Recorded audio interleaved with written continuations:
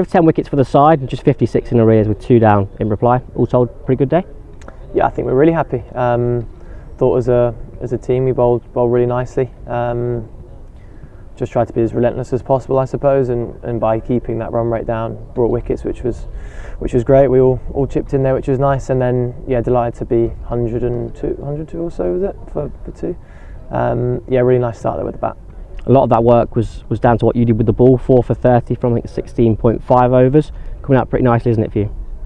Yeah, I mean, like I said, it was a full kind of bowling group, I suppose. Everyone bowling in partnerships made a big difference.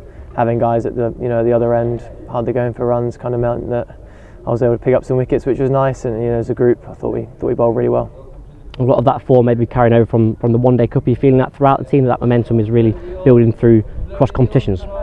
Yeah, I think obviously there's confidence there from winning just by purely like winning games of cricket. I think you can bring that into formats. But we obviously know how different the red ball format is, and we understand how important these games are coming up. So we've tried to park that excitement for that final, and these 2 big Champo games ahead are firmly in the front of our minds, and we're just trying to do the best we can to win those.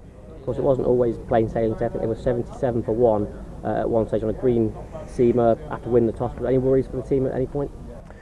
No, to be fair, I think we quickly realised that it's actually a decent wicket, and no matter how much grass there is here, it seems that when the sun's out it's always a pretty good wicket. But I think as a group we were actually happy with how we bowled. We got maybe a bit unlucky, and the point was that the run rate was down, so we knew we were hitting decent areas, and as we discussed at the end there, that wickets would come if we bowl dots and bowl, keep the board down. So we did that, and thankfully as a group we all managed to pick it up. What was said at lunch to lead that fight back? Obviously just a phenomenal session in the afternoon.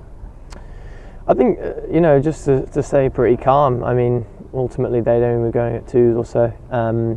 We felt we were beating the bat and bowling decent areas, and as a seaming group we just all thought that if we can maintain the pressure hitting these areas, that wickets will come. I think if we go searching, that's when issues start to happen, and that was kind of the plan, to stay relaxed there and basically have enough patience and I suppose faith that it will come good, and thankfully it did. We picked up the rewards, which was nice.